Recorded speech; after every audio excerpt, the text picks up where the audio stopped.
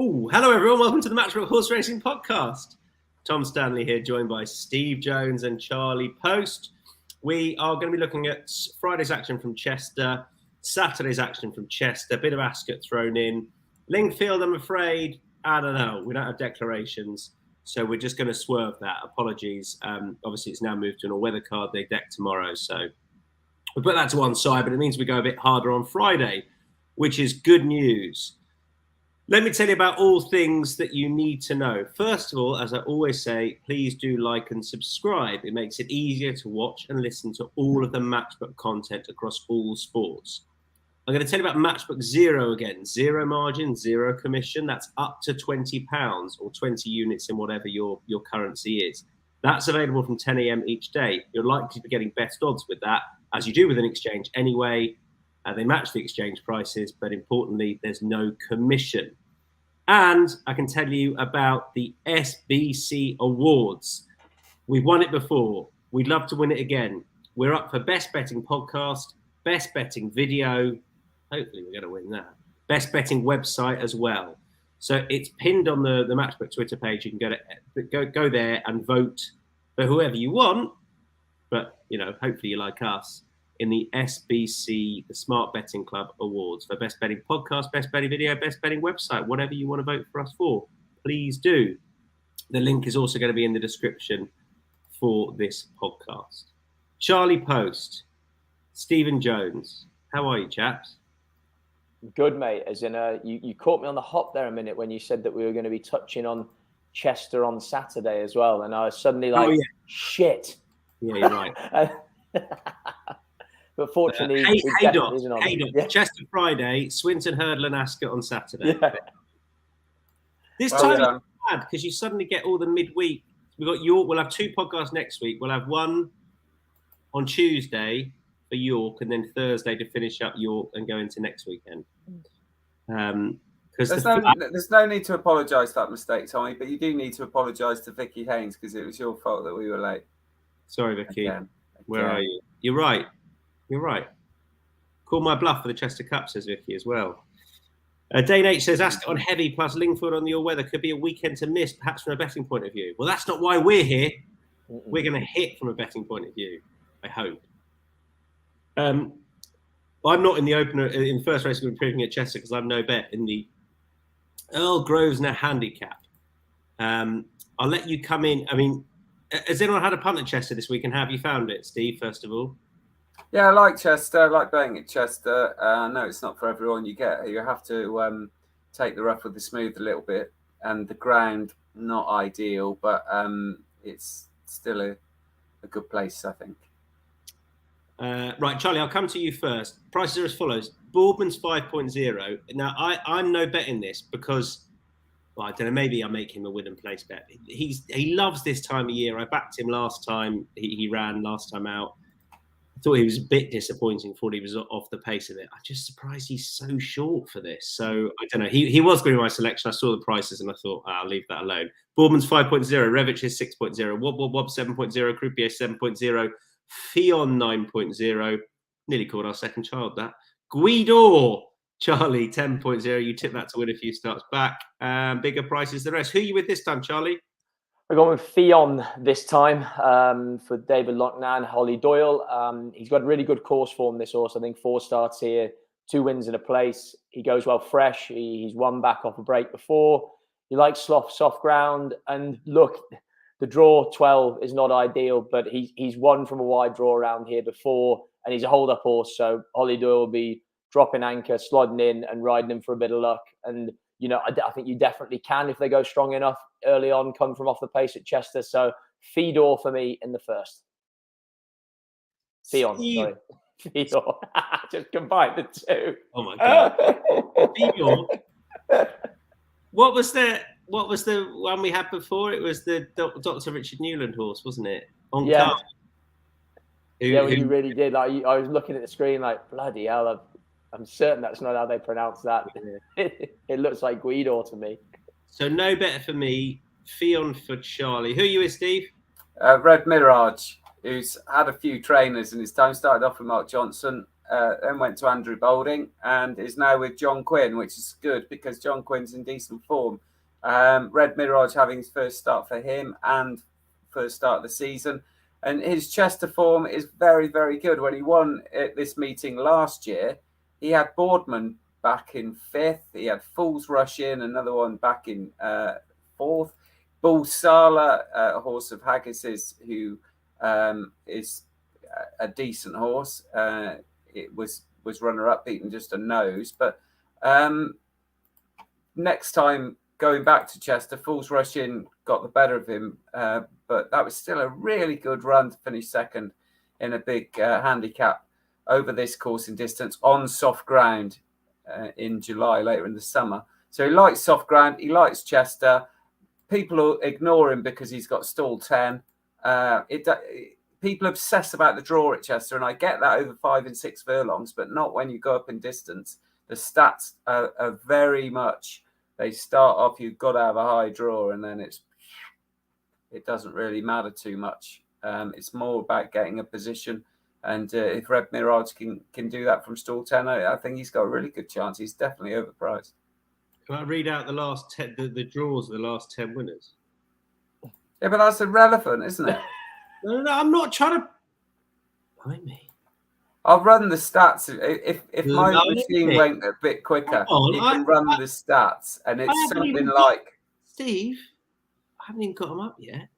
Right. Yeah, but picking one race in such a narrow window, it's meaningless. It's totally meaningless. I ran the stats earlier for races over this course and distance with 10 or more runners, and it was something like top 7 stalls was something like 60-odd%. And so it's not massive, but when you get into sprinting 5 furlongs, the top 3 stalls is absolutely massive.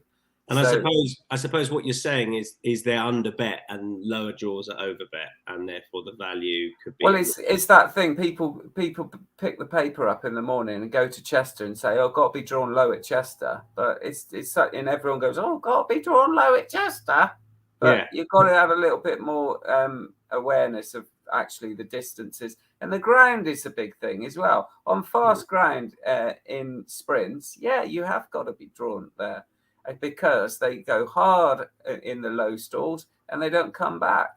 But when it's soft ground over this sort of trip, and it's a bit more nuanced. Right, last 4 winners, incidentally, 2, 3, 1, 1. So what we're doing then is in this race we're going to have a combination forecast 1, 2, 3 on the draw, because we all know that's what's going to happen. Sorry. The thing is, I totally agree with you, Steve. I 100% agree with you. I'm just a bit of a knob, and any chance to just try and wind you up a bit, I'll take. Is that all right? Really? I hadn't realised this. I've only been working with you for about 8 years.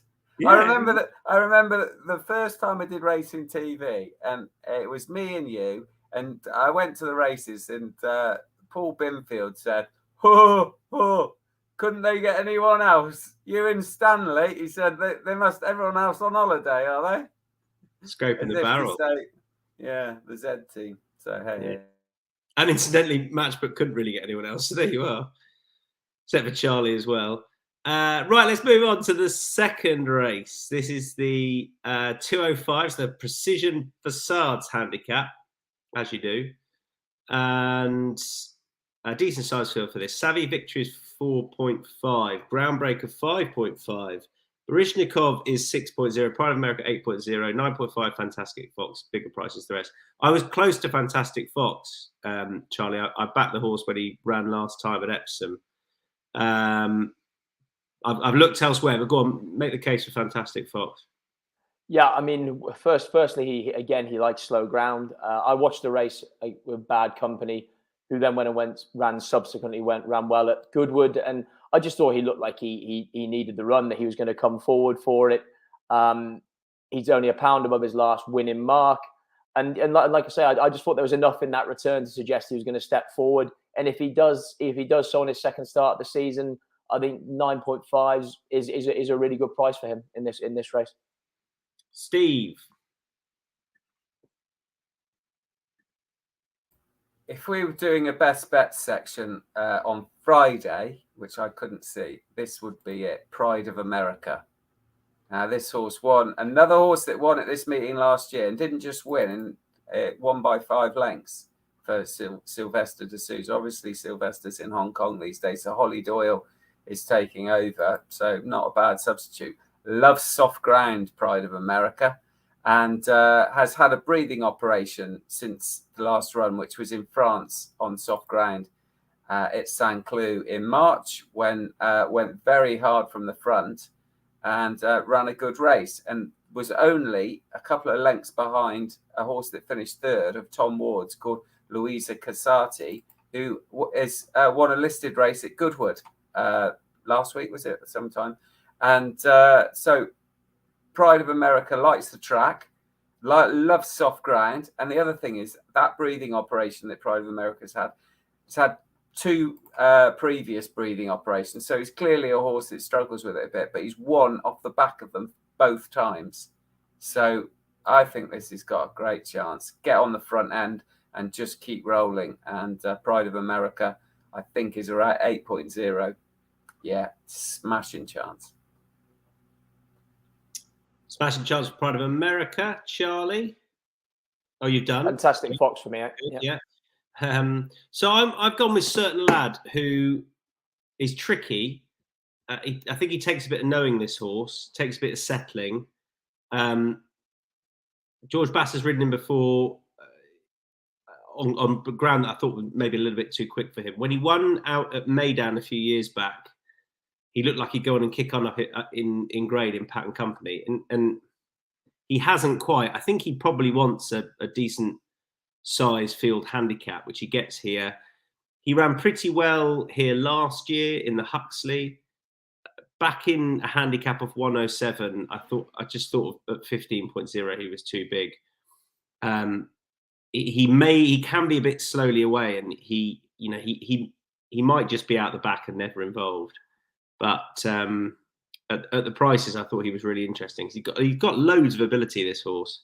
The ground will be all right, and I just hope they go really quick up top for him, and it sets up, which it can do over this distance. So small win and place bet on Certain Lad in a 10-runner field. Okay, moving on to the Huxley. This is the 240. Prices are as follows. What price is putting on sale? 2.38. Mujtabar 5.0. Fox's Tail 6.0. 7.5. Poker Face Royal Champion 10.0. Lafayette is 17.0. We're all point Lonsdale. We're all pretty boring. Who's got the strongest opinion? Anyone mad about this horse? I just think he's very solid. I just think he'll probably win. That's the thing. Ryan Moore is superb around Chester. He just doesn't make mistakes around Chester very often. And Point Lonsdale, for me, has got the best form. Obviously has had a bit of trouble season last year when only running the Guineas and wasn't seen again. But then came out first time at the Curragh on heavy ground, which you would imagine would test him, and won really nicely. And the runner-up since gone in a Group 2 at the Curragh. So the form stacks up very well. You'd have thought that he could step out of Group 2 and he'd be heading for Group 1 races. So I just think he's very, very solid against horses that probably aren't got his potential or level of form that he's got now. And I know Mujtabar's won round here, but if you look at his last couple of wins, I don't know, it would worry me when you get a horse that's quietly ridden in handicap company to then come out in a 6-runner race up in grade on first start of the season. I wanted to be against him. I think he's a really nice horse. I just first start of the season in a very different type of race I wanted to be against. Fox's Tails worries me a bit, Charlie, given that he went forward last time and he's drawn one here. I wouldn't want Asheen to get completely loose on the lead, but I thought, just Point Lonsdale, for me, comfortably has the best form. For all, he's not rated the best horse in the race, so I expected him to be a little bit shorter.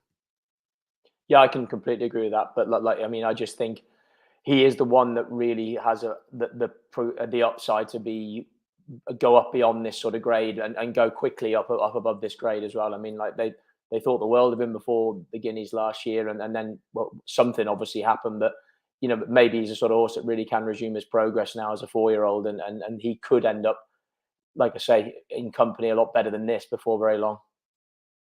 Okay, a bit of a team steam, although I don't think massive stakes for Point Lonsdale in the Huxley.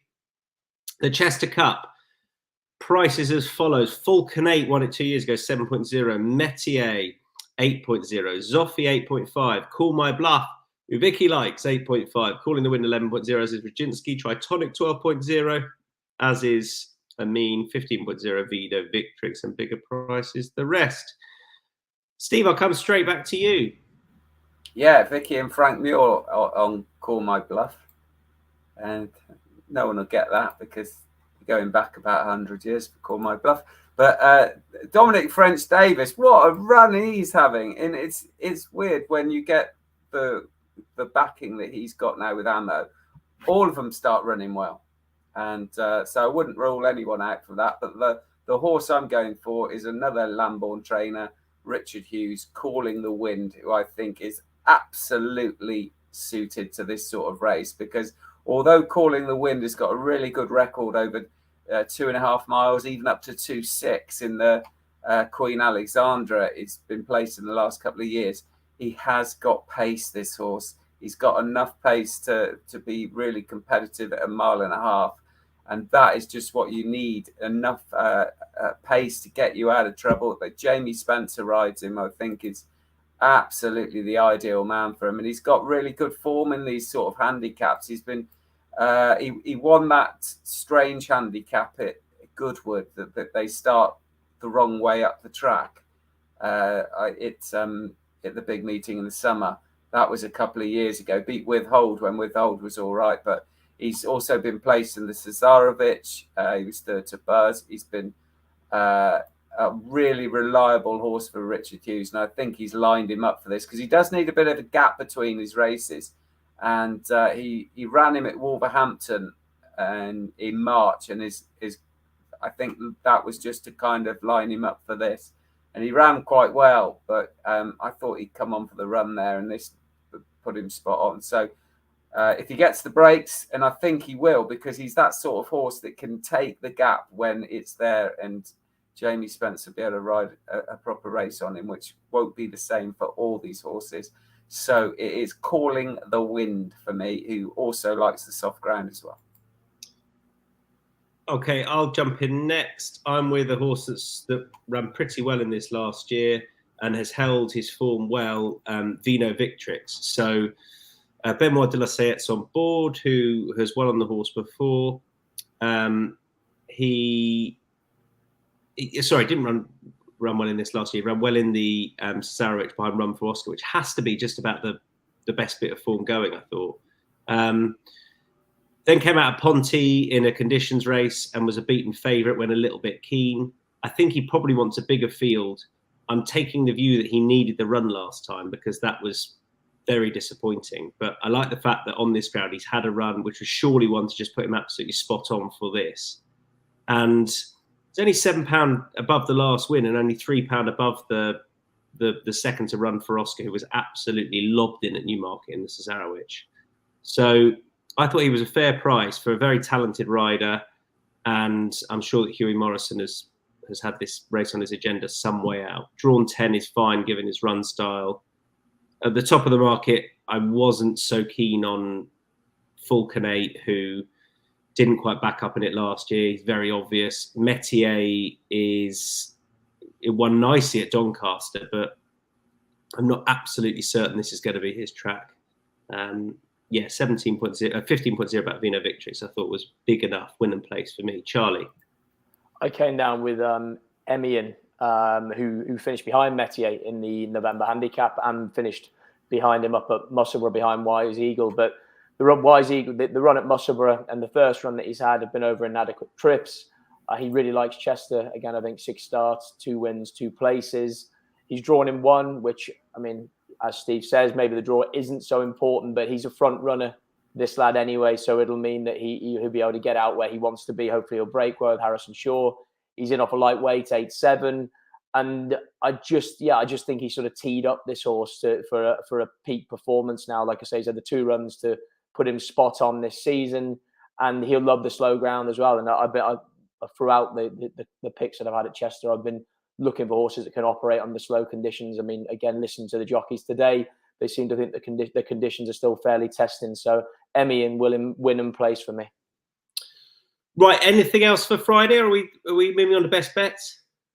Good. Best bets for Friday. Mine is Vino Victrix, Wynnum Place at those prices. Steve, we know yours, I think. Yeah, Pride of America in the 205. Charlie.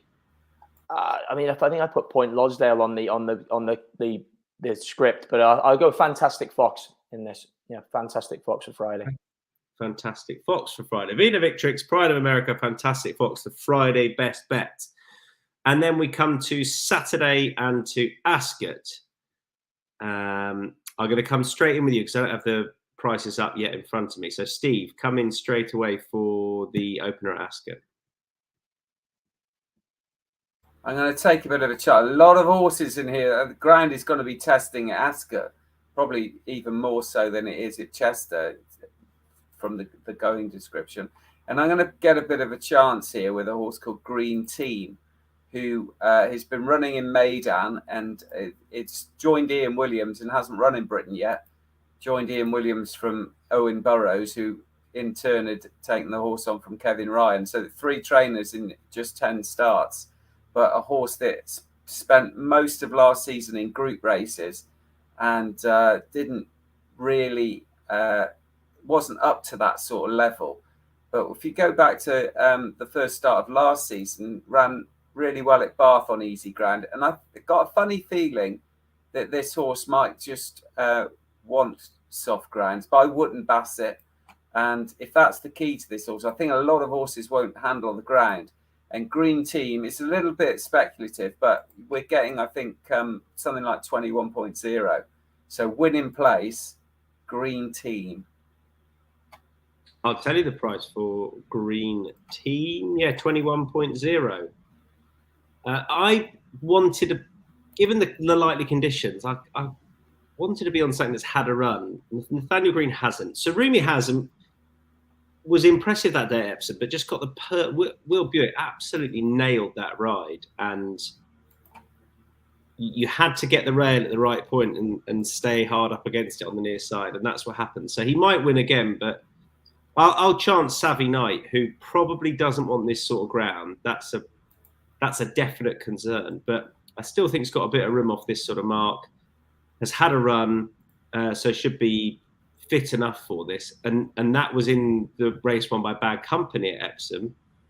So Sarumi was over further that day, but I thought he shaped for a step up in trip, and most importantly, you couldn't really get involved. So I'll chance him anyway. I still think off this mark of 88, he's got a little bit of room. And if you go back to last year, although it was on quick ground, he wasn't far behind Secret State and Deauville Legend. Like, that's proper 3-year-old form from last year. It came on quick ground, so that's a niggling concern. But Savvy Knight for me at about 7.0 Wynnum Place. Charlie. Rhythmic Intent for me. Again, went for a horse that's got slow ground form. He was second in the November handicap 2.5 years ago on soft ground. He's two pounds below his last winning mark. He's had a run to put him straight at Epsom. Again, the Bad Company race over 10 furlongs.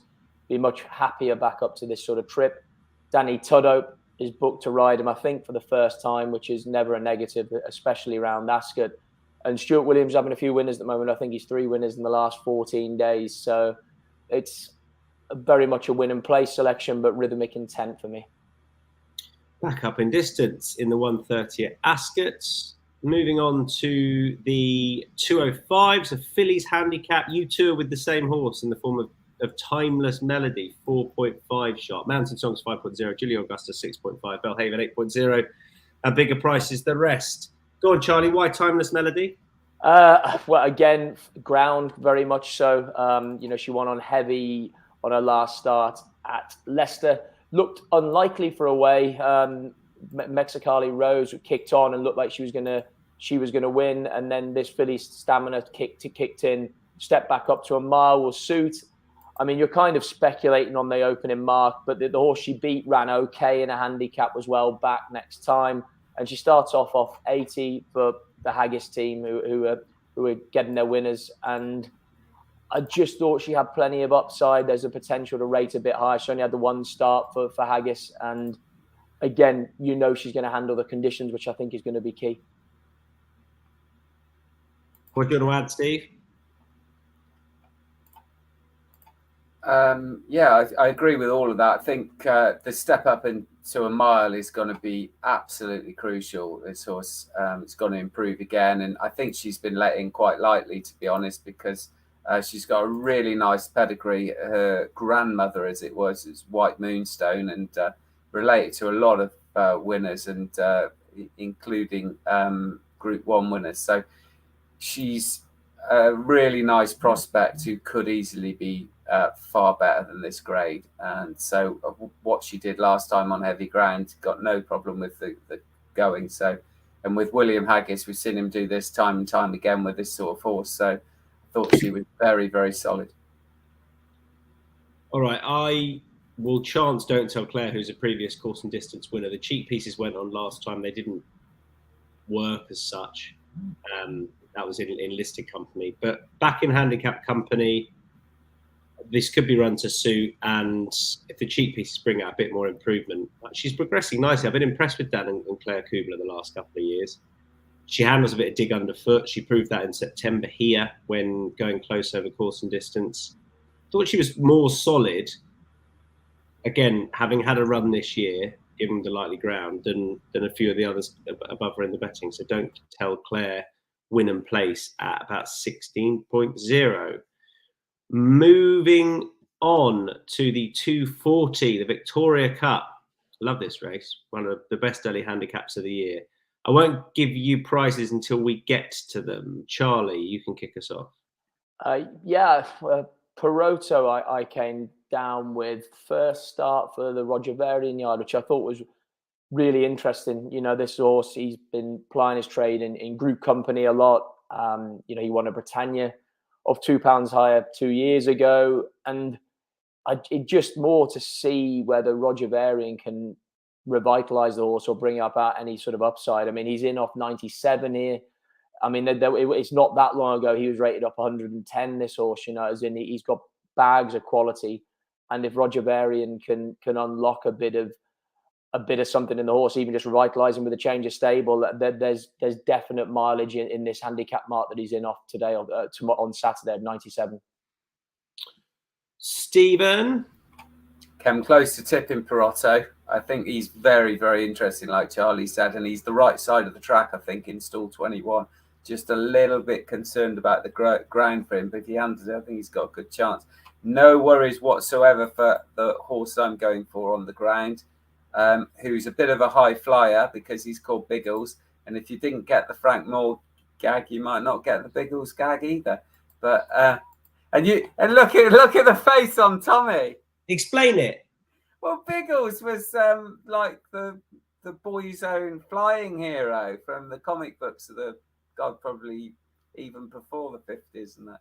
And it was made into films. Biggles, he's like a fighter pilot man, and all his great romps and adventures that he went through.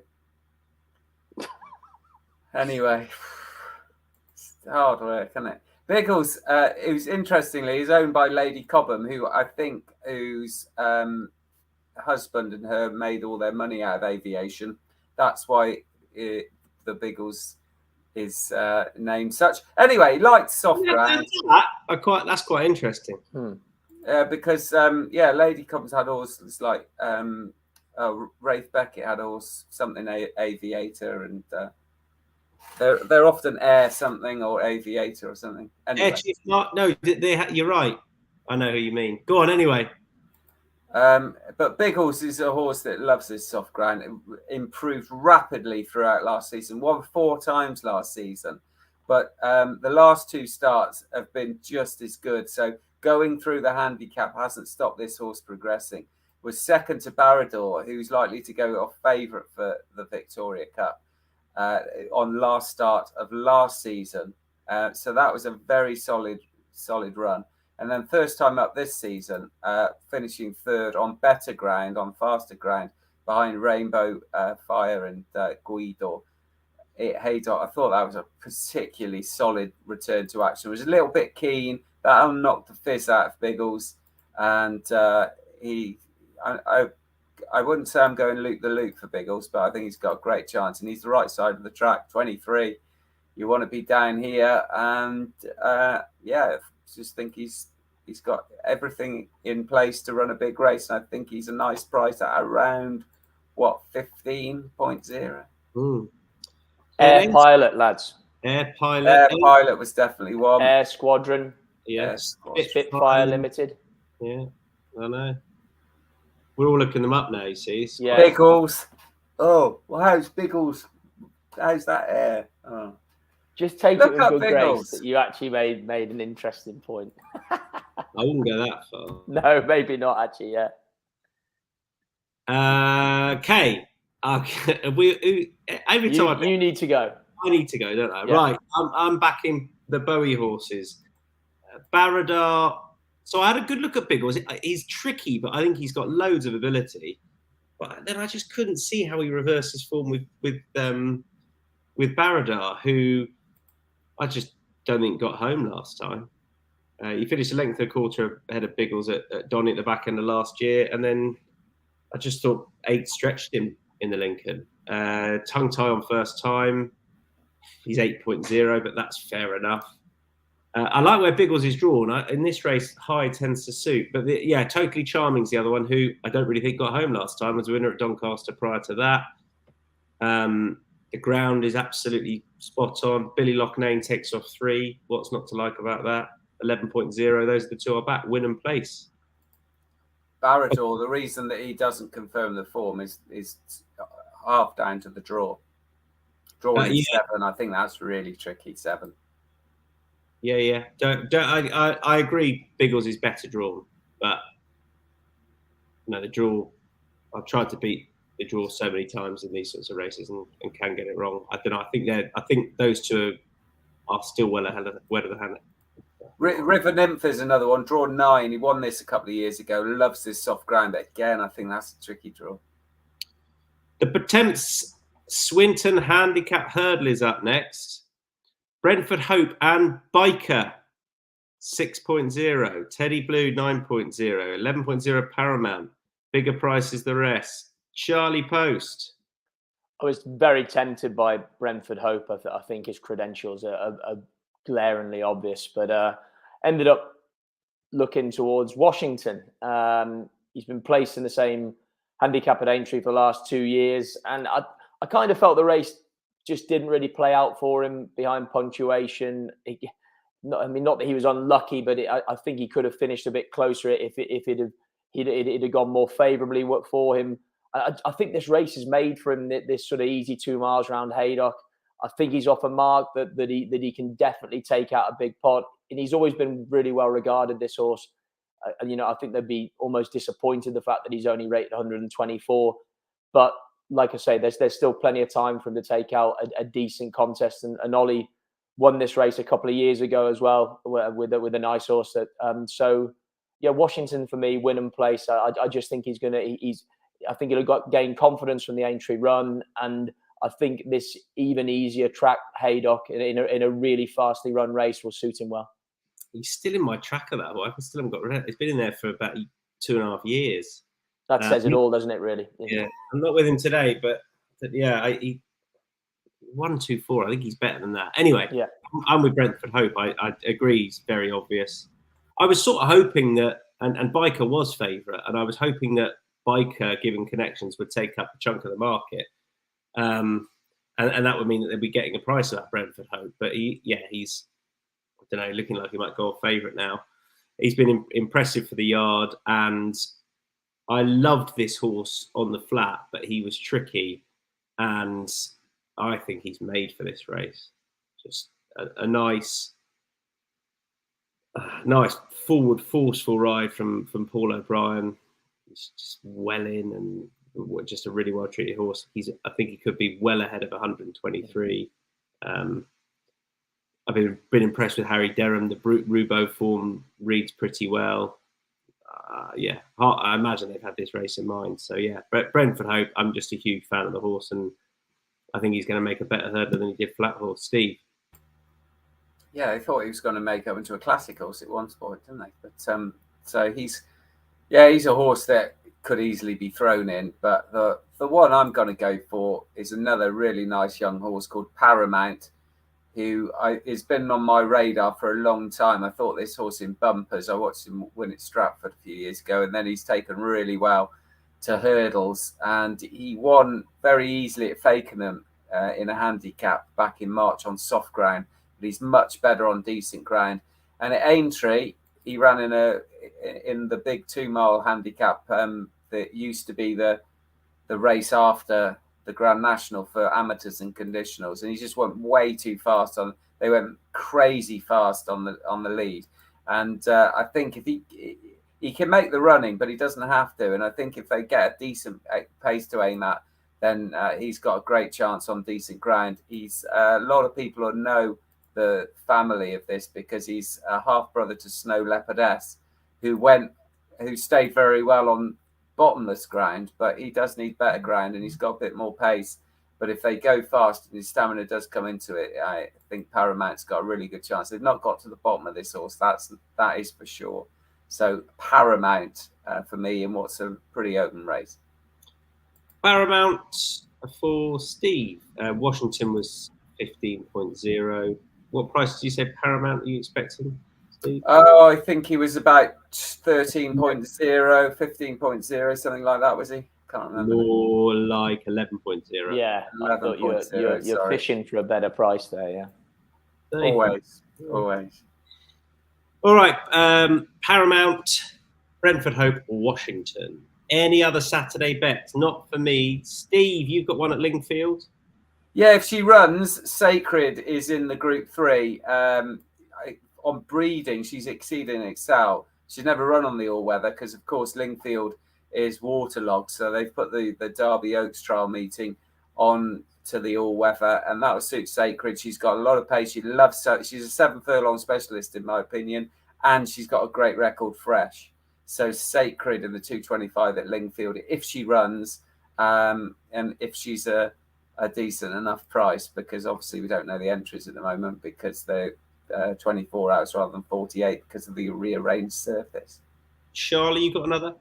Rock House in the bumper to Saturday evening at Warwick. I think Steve will be there. He won on his first run for the Skeltons at Huntingdon. His horse we sold to them, and just from talking to them, I think they quite like him. You know, as in they're already saying that there's a potential in the autumn. He might go hurdling after this bumper run if the spring ground remains, and then they might look to maybe have a go at something like the Persian War in the autumn. Well, I'd have thought if he's going to be good enough to be thinking that he might be running a Grade 2 in October over hurdles, he should be up to going close to defying a penalty and winning a bumper with a penalty. So yeah, Rock House 8.25 at Warwick. All right, and what else have we got? Best. Oh no, we're going to go Matchbook Zero long shots. Now remember, this is up to £20 on any horse race. It opens at 10 a.m. You're most likely to be getting best odds with Matchbook Zero long shot because there is zero commission. Mine is totally charming. The bigger price of the 2 Bowie horses in the Victoria Cup. Steve, your Matchbook Zero long shot? Is Green Team in the first at Ascot. Zero Hero, Green Team. Charlie? Emian in the Chester Cup. All right. And I don't think we've got any lays, have we, chaps? No lay? No. There was nothing short enough there I wanted to take on. Same. Good stuff. Best bets then for this busy Saturday afternoon. I'll kick off. Baradar, the other Bowie, I hope one of them wins it. Baradar in the Victoria Cup. You two agree? Oh, Timeless Melody. Just think got the potential to be really well handicapped on her first start in a handicap, and she loved the ground and she won well last time, and she's going up in distance. 205 Ascot, Timeless Melody. Charlie, you can just nod. You agree, I'm just right? Nod, yeah, exactly. I have nothing more to add. Good stuff. The air pilot he's got it all in hand. Yeah, exactly. Yeah. Eagles, Air Pilot, Air Squadron. Right. We're back on Tuesday, so I'm pretty sure we're back on Tuesday. Hopefully our producer's going to confirm that. So we're going to be doing 2 days at York, and then we're going to do the last day at York, and then we're going to do Saturday as well. That'll be on Thursday. So 2 podcasts for you next week. Like and subscribe, and you can watch them and listen to them nice and easy. Charlie Poste, Steve Jones, thank you very much. Check out Matchbook Zero commission. Best odds, very likely. It's well worth doing. And we'll chat to you again Tuesday. Bye-bye.